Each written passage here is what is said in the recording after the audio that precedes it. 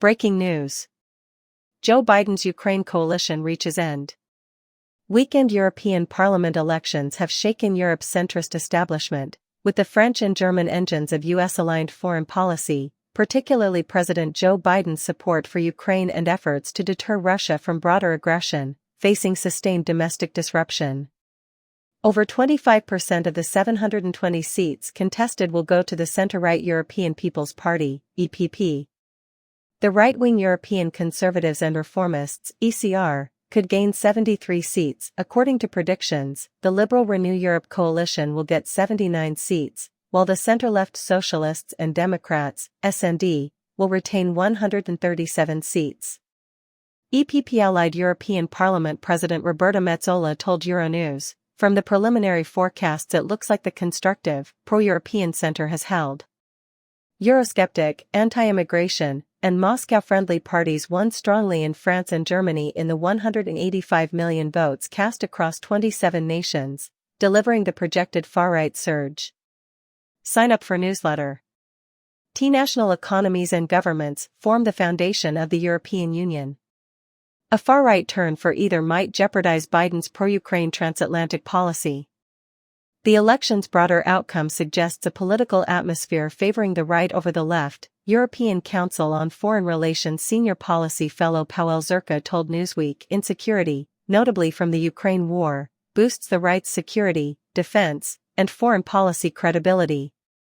In Germany and Austria, where the war is polarizing, the far-right wins anti-establishment votes from members who oppose aiding Ukraine engine problem. Marine Le Pen's National Rally, RN, won roughly one-third of French ballots, forcing President Emmanuel Macron to dissolve the domestic parliament and schedule a snap election that might give Le Pen a prime ministership. Le Pen and lead candidate Jordan Bardella have downplayed the RN's links to Moscow, including a $6.4 million bank loan and a 2023 French cross-parliamentary inquiry that called it a communication route for the Kremlin.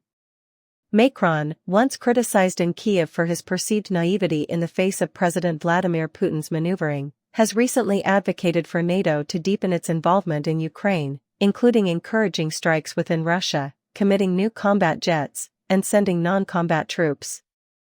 Recently, Macron has become a political locomotive of pro-Ukrainian measures, and it would be a pity if his influence dwindles, Ukrainian parliamentarian and International Affairs Committee head Alexander Mereshko told Newsweek.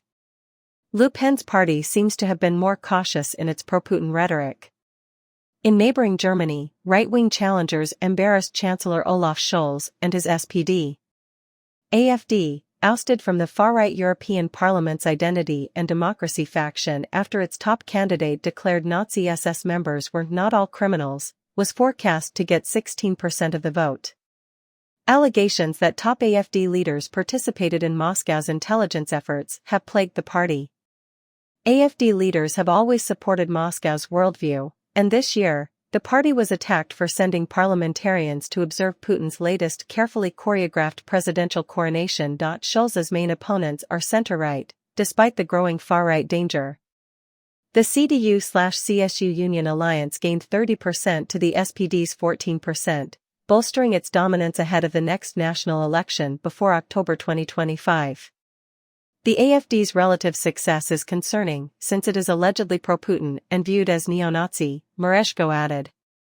Germany is our main military aid provider in the EU, and the CDU/CSU victory is reassuring and ensures that funding will continue.